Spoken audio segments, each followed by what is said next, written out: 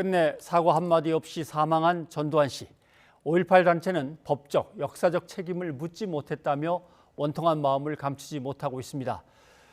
전 씨의 민사 형사 재판은 이대로 종결되는 건지, 또 미납 추징금 956억 원을 환수할 방법은 없는 건지 양지열 변호사와 더 살펴보도록 하겠습니다. 어서 오십시오. 안녕하세요. 예.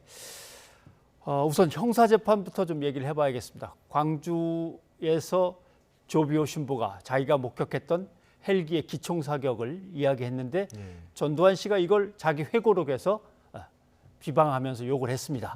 여기에 대해서 이제 1심에서는 명예훼손 유죄가 나온 거죠. 네. 2심이 진행되고 있었는데 일단 뭐 재판을 받을 당사자가 사망하고 없으니까 재판은 끝나는 거겠죠. 그렇습니다. 사실 이제 형사 재판에서의 재판의 대상은 피고인입니다. 그러니까 네. 사람 자체가 대상인 겁니다. 그런데 말씀하신 것처럼 그 대상인 사람이 이제 사망을 했기 때문에 예. 더 이상 재판을 이어갈 수가 없는 것입니다. 그럴 때 이제 공소를 기각한다. 지금 현재 말씀하신 것처럼 1심 재판은 지난해 11월에 징역 8개월에 집행유예 2년으로 선고가 됐습니다만 이게 확정된 건 아니었기 때문에 그 재판의 효력이 나타난 건 아니거든요. 예. 재판은 계속 중이었던 겁니다. 재판이 계속 중인 중에 당사자가 사망을 했고 이 경우 형사 재판은 공소 기각으로 절차를 종료하도록 하고 있습니다. 기각이면 1심에서 유죄가 났던 것도 기록이 다 없어지는 겁니다. 그렇습니다. 공식적으로는 어떤 판결도 받은 게 아닌 게 되는 거죠. 법적으로는 그렇습니다. 최소한. 판결 받은 게 없다. 예. 이렇게 되는군요. 지금 말씀하신 건 형사는 피고인, 사람이 이제 중심이 되는 건데 재판에서 그럼 민사는 이거는 재산상의 피해니까 예.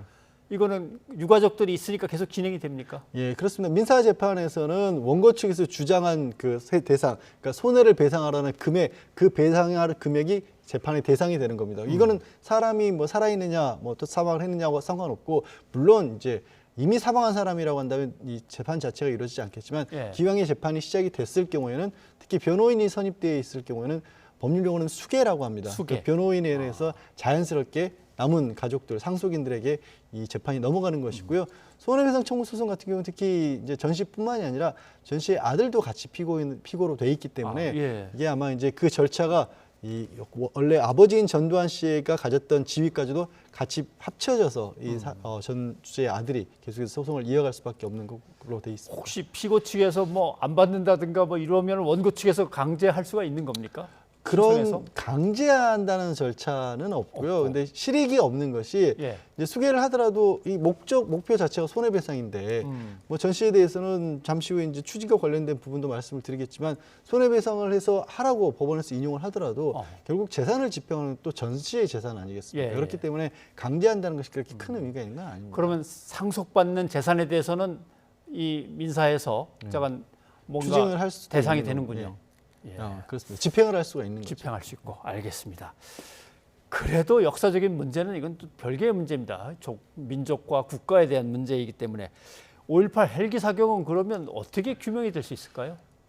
사실 이 사건이 주목을 받던 이유는 이제 전 씨가 명예훼손을 했다는 것, 사자에 대한 조비오 신부에 대한 명예훼손을 했다는 것, 그것이 굉장히 큰 부분이지만 동시에 그 명예가 훼손된 게 맞느냐, 그러니까 고 조비오 신부가 진실을 얘기했는데 예. 이 조비오 신부에 대해서 거짓말이라고 한 부분이 이게 거짓말이라는 거거든요. 그렇기 때문에 이거를 밝혀내기 위해서는 결국 법적으로도 5.18 헬기 사격이 있었다라는 것을 판단하는 게 전제 조건이 됐던 겁니다. 그게 이 재판에서도 굉장히 중요한 어떻게 보면 이제 숨은 의미였다고도 말씀을 드릴 수가 있는데요.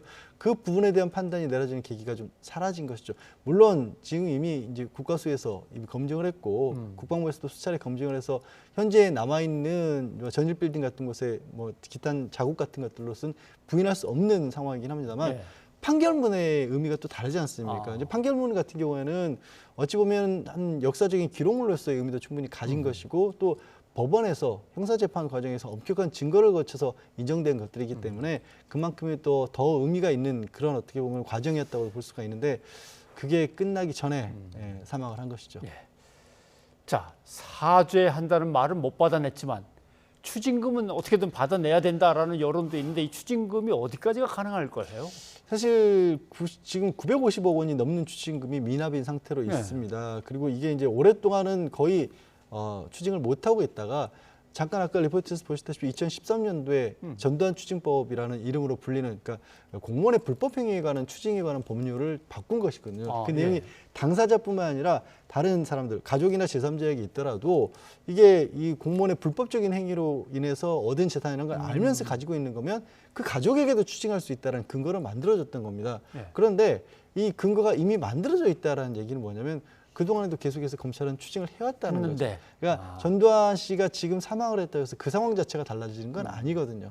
그래서 새롭게 뭐 밝혀질 게 있을지는 뭐 아직 그것이 뭐 확정된 건 아닙니다만 밝혀지더라도 일단 가족들에 관해서는 상황이 달라진 게 없는 거고요. 왜냐하면 전 씨가 사망하기 전이나 후가 가족들 입장에서는 다를 게 없는 거고 전 씨 본인에 있어서는 과연 그 명의로 된 재산이 잠적돼 있는 게 은닉돼 있는 게 지금까지 있었을까라는 이제 의문을 던질 수밖에 없는 거죠.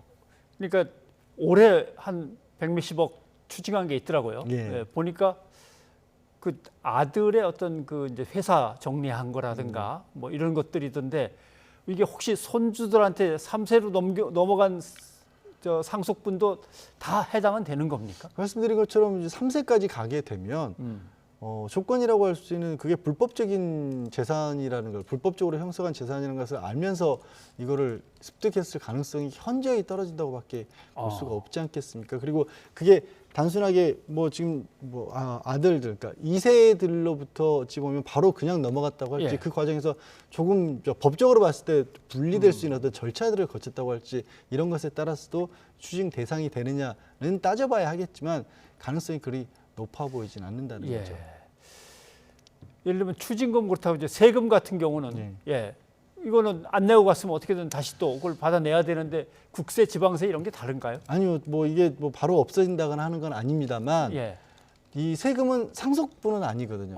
그러니까 이 세금 자체가 내려가서 자녀들에게 바로 이 추징할 수 있는 건 아니고 세금이 만약에 상속재산이 있을 경우에 세금을 미납한 경우면 그 상속재산, 전씨 명의 재산이 남아있는 것을 가져갈 수가 있는 겁니다. 그러니까 추징금과도 또 거의 같은 구조가 되는 거고 그나마 추징금 같은 경우에는 말씀드린 것처럼 어찌됐든 간에 가족들에게 간 것에서라도 이 전씨로부터 유리한 재산이 있다라면 그것들을 좀 추징할 수 있는 근거도 있지만 세금은 그마저도 오히려 더 약한 편입니다. 그러면 몰수할 수 있는 것들은 이미 다 찾아서 몰수하고 해서 사실은 더 찾아낼 수 있다라고 하는 가능성은 별로 없는 거예요. 뭐 그나마도 그래도 이제 뭐 자녀들조차도 모르고 있는 것들이 어찌 보면 이제 전 씨의 사망으로 드러날 가능성이 아예 없다고까지는 말씀 안 드리겠습니다. 네, 알겠습니다. 오늘 여기까지 듣겠습니다. 변호사님 고맙습니다. 네, 고맙습니다.